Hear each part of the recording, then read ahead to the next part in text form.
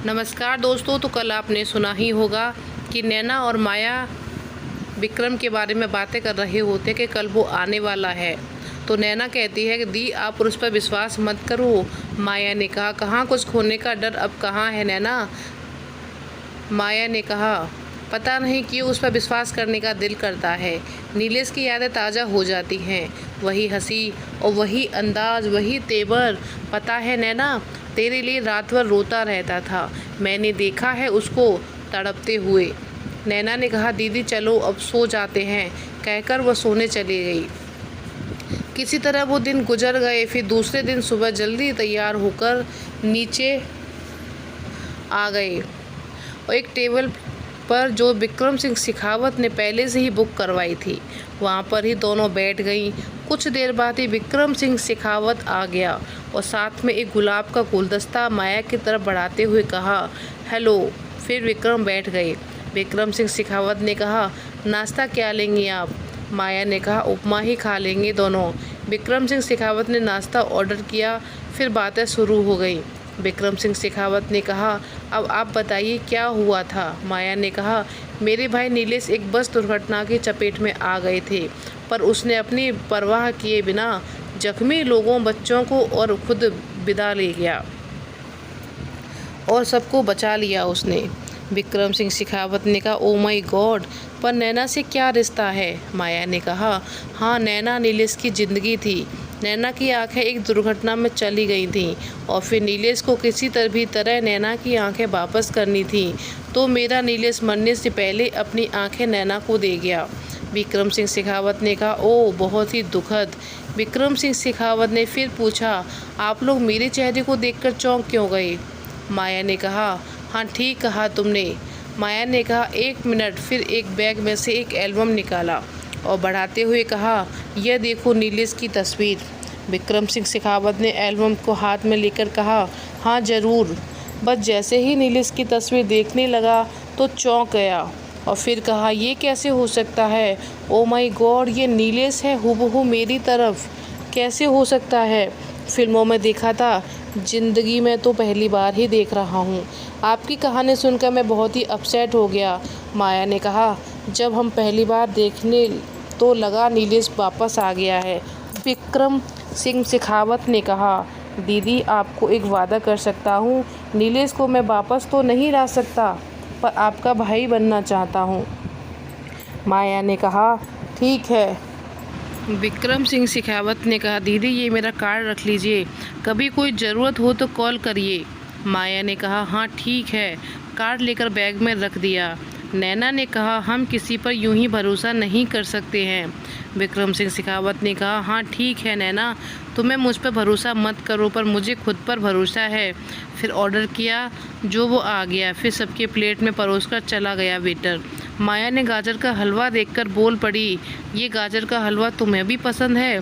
विक्रम सिंह शेखावत ने कहा हाँ ये तो मेरा फेवरेट डिश है। क्यों, ये नीलेश को भी पसंद था। माया और नैना एक साथ बोल पड़ी थी हाँ तो। विक्रम सिंह शेखावत ने कहा अच्छा, हम शक्ल होने के साथ साथ मेरा और नीलेश की पसंद भी एक ही है। यह कहते हुए नैना की तरफ देखा, पर नैना तुरंत दूसरी तरफ देखने लगी। फिर खाना खाने के बाद विक्रम सिंह शेखावत ने एक पैकेट देते हुए कहा ये कुछ है आप दोनों के लिए। माया ने कहा पर ये कैसे ले सकते हैं। विक्रम सिंह शेखावत ने कहा मना मत बोलिएगा, मैं नीलेश की जगह नहीं ले सकता, पर जब आपको बहन माना है तो ये रखना पड़ेगा। माया ने पैकेट लेते हुए कहा थैंक यू। विक्रम सिंह शेखावत ने एक स्माइल दी और फिर बोला अच्छा अब मैं चलता हूँ, कहकर निकल गई। माया ने कहा देखा नैना कितना नेक दिल शरीफ है। नैना ने कहा हाँ कुछ ज़्यादा ही है। फिर दोनों कमरे में जाकर बैठ गई। माया ने वो पैकेट खोला तो एक में नैना का नाम लिखा था और दूसरे पर माया का नाम लिखा था। माया ने अपना पैकेट खोला तो देखा एक बहुत ही खूबसूरत सा स्वेटर और एक बैग है। माया को बहुत पसंद आया। नैना ने कहा अब मैं देखती हूँ क्या है। नैना ने पैकेट खोला तो देखा तो चौंक गई थी और बोली अरे ये तो शॉल वही मार्केट में देखा था ना, बड़ा महंगा था इसलिए नहीं लिया था। ये विक्रम सिंह शेखावत को कैसे पता चला, वही शॉल ला कर दिया। माया ने कहा, हाँ मुझे लगता है कि वो तुमसे प्यार करने लगा है। नैना ने कहा, दीदी आप भी ना, आपको पता है ना कि नीलेश के सिवा मैं किसी के बारे में नहीं सोचना चाहती। माया ने कहा, हाँ ठीक है, पर अगर नीलेश ऐसा ही चाहता हो तो शायद इसीलिए हम दोनों इतनी दूर आ गए। नैना ने कहा, दीदी ये सब सुनना मेरे लिए पाप है। माया ने कहा, तू क्या रह लगता है तुझे दुखी देखकर को नीलेश को खुशी होती होगी। नैना ने कहा, पर मैं नहीं ऐसा नहीं कर सकती। माया ने वो शॉल नैना के माथे पर उठा दिया। फिर नैना को उस पैकेट में एक चिट्ठी मिली। माया ने कहा, चल तू पढ़ ले, मैं आराम करती हूँ। नैना ने कहा, हाँ ठीक है। चिट्ठी को खोलकर पढ़ने लगती है। नैना, मैं तुमसे कुछ कहना चाहता हूँ पर कह नहीं पा रहा। अब जब मुझे ये पता चल गया है कि मेरा चेहरा नीलेश से मिलता है तो मैं कुछ भी नहीं कह सकता, पर इतना कहना चाहता हूँ, तुम बहुत बहादुर हो और एक बहुत ही साफ दिल वाली। मैंने जब पहली बार तुम्हें देखा था, पता नहीं कैसे तुम्हें हर जगह पर देखता रहा। उस दिन तुम मार्केट गई थी, मैंने तुम्हें वो स्टॉल पसंद करते देखा था, पर तुमने वो ख़रीदा नहीं। मैंने वो तुम्हारे लिए ख़रीद लिया। मैं इतना भी बुरा नहीं हूँ। तुम शायद मुझे पसंद नहीं करती, पर कभी भी तुम मुझे दिल से याद करोगी तो मुझे अपने साथ पाओगी। विक्रम सिंह शेखावत उर्फ विक्की, लोग मुझे प्यार से विक्की भी कहते हैं। नैना की आंखों से आंसू आ गए थे और फिर नैना सोचने लगी, क्या मैं विक्रम सिंह शेखावत के लिए रो रही हूँ? नहीं, ऐसा नहीं हो सकता। मुझे तो नीलेश से ही प्यार है, पर उसका चेहरा मुझे नीलेश की याद दिलाता है। मुझे तो नीलेश ही चाहिए था। मुझे इसी बात का डर था। मैं नीलेश को धोखा नहीं देना चाहती। यह कहते हुए नैना सो गई। नैना ने कुछ देर बाद ही माया को वो चिट्ठी पढ़ने को दी। माया ने वो चिट्ठी पढ़कर कहा, अरे कितना सच्चा है विक्की, तू उसे गलत मत समझो। नैना ने कहा, पर उसकी हिम्मत देखो। माया ने कहा, क्या हिम्मत दिखाया बेचारे ने। तू पूरे जीवन नीलेश की यादों में बिता देगी? ऐसा नीलेश भी नहीं चाहता होगा। नैना ने कहा, मैं नीलेश से कैसे बेवफाई कर लूँ? माया ने कहा, पर तेरी शादी भी नहीं हुई थी नीलेश से, फिर तू इतनी क्यों चिंता कर रही है? इस बारे में मत सोच। जो अतीत था वो उसे भूल जा। नीलेश था, पर जो वर्तमान है वो विक्की है। तो कैसा ये प्यार? नैना ने कहा, दीदी मैं तो नीलेश से प्यार करती हूँ और फिर नीलेश की आँख है ना मेरे जीने का सहारा। माया ने कहा, पर ये नाइंसाफ़ी तो है ना तेरे साथ। नैना रोने लगी, बोली, दीदी मैं विक्की को जानती ही कितना हूँ। माया का फ़ोन बजने लगा। माया ने फ़ोन उठाया। उधर से आवाज़ आई, दी मैं विक्की। माया ने कहा, हाँ बोलो। विक्की ने कहा, क्यों ना आप लोग मेरे घर आ जाइए, मैं गाड़ी भिजवा दूँगा। माया ने खुश होकर कहा, ज़रूर। कितना अपनापन लगा है, परदेश में भी हमारा कोई है। विक्रम ने कहा, हाँ दीदी, तो कल मिलते हैं। फ़ोन रखते ही माया ने सारी बात नैना को बताई। नैना ने कहा, पर दी हमें नहीं जाना चाहिए, एक अनजान लोगों के घर। माया ने कहा, हाँ पर मुझे पता नहीं क्यों विक्की अनजान नहीं लगता। इस परदेश में वही एक जाना पहचाना सा लगता है। अच्छा चल सो जाते हैं। दूसरे दिन सुबह अतुल का फ़ोन आया और बोला, दीदी अब सब कुछ काम हो गया है, वापसी कब है? माया ने कहा, इस महीने की 27 तारीख को। अतुल ने कहा, अच्छा ठीक है दीदी, आप लोग अपना ख्याल रखना। नैना तैयार होने लगी। माया भी तैयार हो गई। दोनों नीचे नाश्ता करने रेस्तरां पहुंच गई। कुछ देर बाद ही विक्की का फ़ोन आया और बोला कि गाड़ी किसी भी समय पहुंचती है। माया ने कहा, चल जल्दी नाश्ता करके निकल जाते हैं। कुछ देर बाद फिर विक्की का फ़ोन आता है और गाड़ी आ गई है। माया बहुत ही खुश हो जाती है। नैना को खुद से डर लगने लगता है कि कोई अनहोनी ना हो जाए। फिर दोनों बाहर पहुंचकर विक्रम सिंह शेखावत के द्वारा भेजे हुए गाड़ी में बैठ जाते हैं। माया ड्राइवर से पूछती है, कितनी दूर है घर? ड्राइवर कहता है, 2 घंटे में पहुंच जाएंगे। माया ये सुनकर चौंक जाती है। नैना समझाती है कि दी यहाँ सब बहुत दूर दूर होता है। फिर किसी तरह 2 घंटे निकल जाते हैं और गाड़ी पहुंच जाती है विक्रम सिंह शेखावत के बंगले पर। माया देखती रह जाती है कि कितनी शानदार बंगला, सब जगह सैनिक तैनात। फिर चेकिंग करवाने के बाद दोनों अंदर जाते हैं। कुछ देर बाद ही विक्रम सिंह शेखावत आते हैं और फिर कहते हैं, आइए आप लोग बैठें, कोई तकलीफ़ नहीं हुई ना आने में? माया ने कहा, नहीं बिल्कुल नहीं। विक्रम सिंह एक स्माइल पास करता है, पर नैना तो देखती ही नहीं। विक्रम सिंह शेखावत ने कहा, दीदी इनसे मिलिए मेरे दादाजी और दादी जी, बस यही सब कुछ है मेरे लिए। माया और नैना उठकर दोनों पैर छूते हैं। माया ने कहा, अच्छा और तुम्हारे मम्मी पापा? विक्रम सिंह शेखावत ने कहा, नहीं है, एक दुर्घटना में मौत हो गई। माया ने सुनकर कहा, ओ सॉरी। विक्रम सिंह शेखावत ने कहा, नहीं दीदी ठीक है। दादाजी ने कहा, मैंने सुना है नीलेश के बारे में, क्या हम उसकी तस्वीर देख सकते हैं? माया ने कहा, हाँ क्यों नहीं, ये देखिए। माया बैग से तस्वीर निकाल कर दे देती है। विक्रम के दादा दादी तस्वीरें देखकर चौंक जाते हैं और कहते हैं, हूबहू भगवान का करिश्मा है ये। दादी माँ ने नैना को देखते ही कहा, बेटी कुछ बोलोगी नहीं? नैना ने कहा, क्या बोलूँ, मैं तो सुन रही हूँ। दादी माँ ने पूछा, क्या तुम्हारी शादी नीलेश से हो चुकी थी? माया ने कहा, नहीं। नैना ने खुद को नीलेश की पत्नी होने का अधिकार दे दिया था और तभी से मेरे घर में रहती है।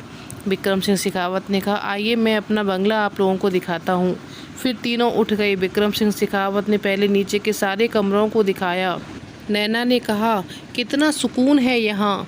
विक्रम सिंह शेखावत ने कहा, सच में मैं तो यहीं रह जाऊँ। नैना ने कुछ नहीं कहा। माया मन ही मन मुस्कुराने लगी और फिर धीरे से नैना को कहने लगी, जिसको जाना था वो चला गया, पर जो है उसकी कद्र करना चाहिए। नैना ने कहा, दीदी आप क्या बोल रही हैं? विक्रम सिंह शेखावत ने कहा, 1 मिनट में एक फ़ोन लेकर आता हूँ। माया ने कहा, ठीक है, हम यहाँ बैठते हैं, क्योंकि दोनों ही थक चुके थे। माया ने कहा, देख तेरे भाग्य खुल सकते हैं अगर तू चाहे। नैना ने कहा, दीदी आप चिंता मत करिए, मैं बिल्कुल ठीक हूँ। माया ने कहा, क्या इस जीवन से खुश है तू? नैना ने कहा, दीदी मैं नीलेश के प्यार के सहारे जी लूँगी। विक्रम सिंह शेखावत ने कहा, कैसा प्यार? तुमने तो कभी नीलेश को देखा ही नहीं। नैना ने कहा, हाँ मन की आंखों से देखा, उसे प्यार किया। और फिर विक्रम सिंह शेखावत ने हंसते हुए कहा, प्यार किया? ये कैसा प्यार है जिसको इतना प्यार करती थी और जब वो चला गया फिर भी तुम यहाँ हो, इस दुनिया में हो तो क्यों? उस किसके लिए? अपने लिए, नीलेश के लिए। मेरे ख्याल से अगर तुमने नीलेश से सच्चा प्यार किया होता तो या तो तुम उसे वापस ले आती या फिर जहाँ नीलेश गया वहाँ खुद चली जाती। नैना की आंखें नम हो गईं। विक्रम सिंह शेखावत ने कहा, हाँ आज तुम्हें मेरी बातें कड़वी लग रही हैं, पर इसमें सच्चाई है। तुम किसे धोखा दे रही हो सकता है नीलेश तुमसे सच्चा प्यार करता था पर तुम नहीं कर पाई। नैना ने कहा, बस करो, मुझे और कुछ नहीं सुनना, मुझे यहाँ से जाना है। दी माया ने कहा, संभालो खुद को। विक्रम सिंह शेखावत ने एक पानी का गिलास देते हुए कहा, ये लो नैना, पानी पी लो। नैना ने कहा, नहीं चाहिए मुझे पानी, शायद मैंने बहुत बड़ी गलती कर दी यहाँ आकर। विक्रम सिंह शेखावत ने कहा, देखो नैना, मुझे तुमसे कोई दुश्मनी नहीं है जो ये सब तुम्हें बोल रहा हूँ, इसीलिए बोला कि तुम आगे नहीं बढ़ पाई। अगर आज नीलेश की जगह तुम्हारे साथ कोई हादसा हुआ होता तो नीलेश भी तुम्हारी तरह करता या फिर आगे बढ़ जाता। मुझे तो ऐसा लगता तुम्हें डर है कि कहीं कोई अनहोनी ना हो जाए। और फिर एक बात और भी है, नीलेश की आंखें जो तुम्हारे पास हैं और तुम ये सोचती हो कि नीलेश से धोखा नहीं कर सकती, क्योंकि उसने मुझे अपनी आंख देखकर जीना सिखाया है। पर मुझे ऐसा लगा कि नीलेश ने यह सब कर बहुत ही दुखी है। विक्रम सिंह शेखावत ने कहा, अरे बाबा चलो अब खाना खाने चलें। फिर तीनों खाने के टेबल पर पहुंच गए। माया और नैना देखकर हैरान हो गए, चारों तरफ इतने तरह के व्यंजन सजे हैं। विक्की ने कहा, चलिए बैठ जाइए। नैना एकदम से रोने लगी। फिर सभी को खाना सर्व होने लगा। वहाँ के वेटर सभी को खाना परोस दिया। विक्रम सिंह शेखावत ने कहा, शुरू करिए। फिर सभी खाना खाने लगे। नैना को बिल्कुल भी खाने की इच्छा नहीं थी, पर वो थोड़ा बहुत खाने लगी। खाना खाने के बाद विक्रम सिंह शेखावत ने कहा, आइए आप लोगों को आपका रूम दिखाते हैं, थोड़ा सा आराम कर लीजिए, फिर हम आपको बंगला घुमाएंगे।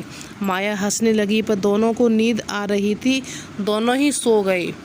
देर से आँख खुली तो देखा शाम हो गया था। नैना ने कहा, अरे बाबा अब क्या होगा? फिर फ्रेश होने चली गई। उसके बाद माया भी फ्रेश होकर आई। दोनों रूम से बाहर निकली और विक्रम सिंह शेखावत किसी से बात कर रहे थे। देखते ही कहा, अरे आइए, आप लोगों का इंतज़ार हो रहा था चाय पर। माया ने कहा, सॉरी देर हो गई। विक्रम सिंह शेखावत ने कहा, कोई बात नहीं, परदेश में पहली बार अच्छे से सोए आप लोग, है ना? माया और नैना एक दूसरे को देखने लगे। नैना ने मन में सोचा, इसे कैसे पता है कि हमें होटल में नींद नहीं आती? माया ने कहा, विक्की सही कहा तुमने, हमें बहुत ही अच्छी नींद आई। दरअसल ये परदेश में ना हमें होटल में अकेले सोने में डर लगता था।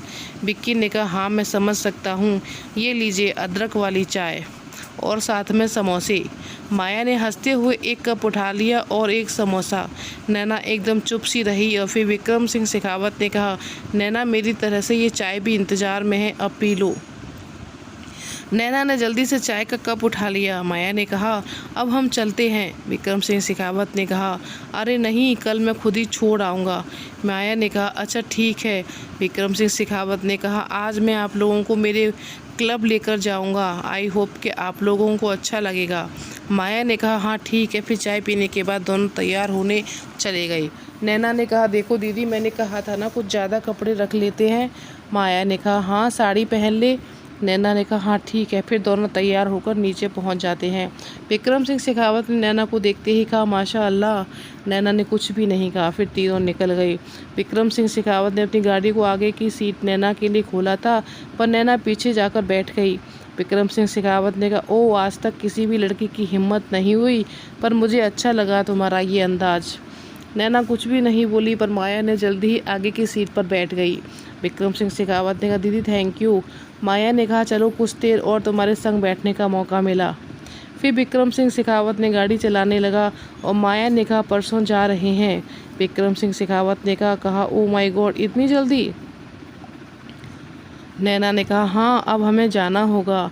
फिर गाड़ी क्लब में जाकर रुक गई। तभी एक नौकर आकर दरवाज़ा खोला। फिर हम बाहर आ गए और हमारा स्वागत फूलों से किया गया। नैना ने देखा तो बहुत ही आलीशान महल जैसा लग रहा था। माया ने कहा, विक्की बहुत ही खूबसूरत जगह है। विक्रम सिंह शेखावत ने कहा, हाँ दीदी आइए, आपको बहुत कुछ दिखता है यहाँ पर। फिर विक्रम सिंह शेखावत ने वहाँ पर तरह तरह के खेलों की मेज़बानी दिखाई, खाने पीने की जगह दिखाई और फिर विक्रम सिंह शेखावत खुद खेलते हुए नजर आए। माया ने कहा, नैना देखा, ये है विक्रम सिंह शेखावत और मुझे लगता है ये तुम्हें चाहता है और मुझे पूरा विश्वास है कि वो हमारे साथ इंडिया आएगा। नैना ने कहा, अरे माया दी धीरे बोलो। माया हंसने लगी और फिर बोली कि देख लेना। कुछ ही देर बाद विक्रम सिंह शेखावत आकर बोला, दीदी आप बोर नहीं हो रहे हो ना? माया ने कहा, बिल्कुल नहीं, यहाँ बहुत मज़ा आ रहा है। विक्रम सिंह शेखावत ने, हाँ ठीक है, मैं कुछ देर बाद आकर आप लोगों को एक जगह पर ले जाऊंगा।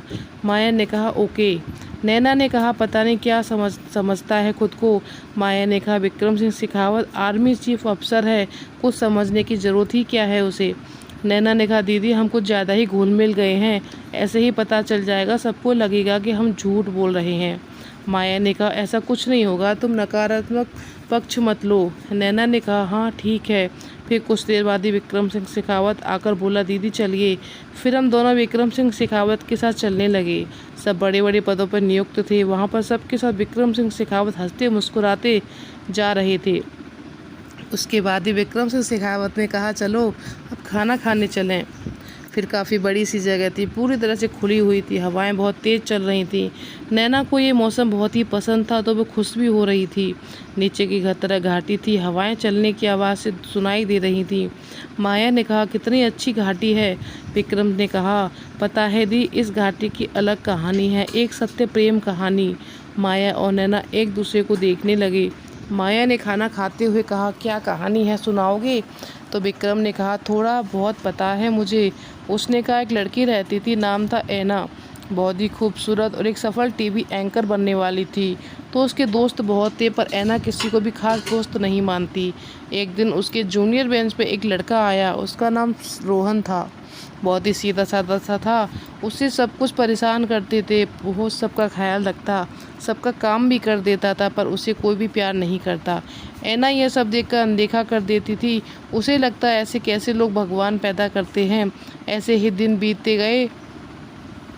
ऐना को तबीयत ख़राब हो गई और ऐना से सहन नहीं हो रहा था, उसे काफ़ी दर्द हो रहा था। और फिर रोहन जैसे ही देखता है, वो बेहोश ऐना को तुरंत अस्पताल लेकर जाता है। फिर डॉक्टर जल्दी से बेहोश ऐना का इलाज करके उसे ठीक कर देते हैं। जब ऐना को होश आता है तो उसे सब पता चलता है कि रोहन ने उसकी जान कैसे बचाई। ऐना बहुत ही गुस्से में रहती है और फिर रोहन को बुलाती है। जब रोहन अंदर पहुंचता है तो ऐना उसे अपने पास बुलाती है। रोहन जैसे ही पहुंचता है, ऐना को इतना गुस्सा आता है कि वो रोहन को गाल पे चांटा जड़ देती है। रोहन अपने गालों को पकड़कर डर सा जाता है। ऐना कहती है, तुम तुम 2 टके के नौकर, तुम्हारी इतनी हिम्मत कि तुमने मुझे छुआ। रोहन अपनी सफाई में कुछ नहीं बोलता, वहाँ से चला जाता है। माया और नैना कहानी को बहुत ही ध्यान से सुनते रहते हैं। नैना ने कहा, आगे क्या होता है? विक्रम ने कहा, हाँ बताता हूँ। फिर ऐना ठीक होकर वापस आती है तो उसे उसकी दादी माँ सच्चाई से अवगत कराती हैं कि वहाँ उसके सारे दोस्त रहते हैं, पर कोई उसे अस्पताल नहीं पहुँचाता। और रोहन जैसे ही देखता है उसे तुरंत उसे अस्पताल लेकर जाता है। और तुम उसे थैंक यू कहने के बदले चांटा जड़ दिया। छी! ऐना को सुनकर बहुत ही गिला हो नहीं होता। कुछ दिन बाद ऐना ठीक होकर काम पर निकल जाती है। रोहन अपने काम से काम रखता है। ऐना उसे दूर से देखती है और फिर अपने सीए को बोलती है रोहन का फाइल देने के लिए। ऐना की सीए फाइनल लेकर ऐना के केबिन में देखकर जाती है। ऐना जैसे ही रोहन की फाइल खोलती है तो वो दंग रह जाती है, क्योंकि रोहन तो अव्वल दर्जे का छात्र रह चुका है, गोल्ड मेडल जीता है और फिर एमबीए की डिग्री हासिल की है और फिर पता नहीं क्या क्या किया है, पर उसे यहाँ नौकर किसने बनाया था? ऐना बहुत सोचती है ऐसा क्यों हुआ, पर वो कुछ नहीं बोल पाती।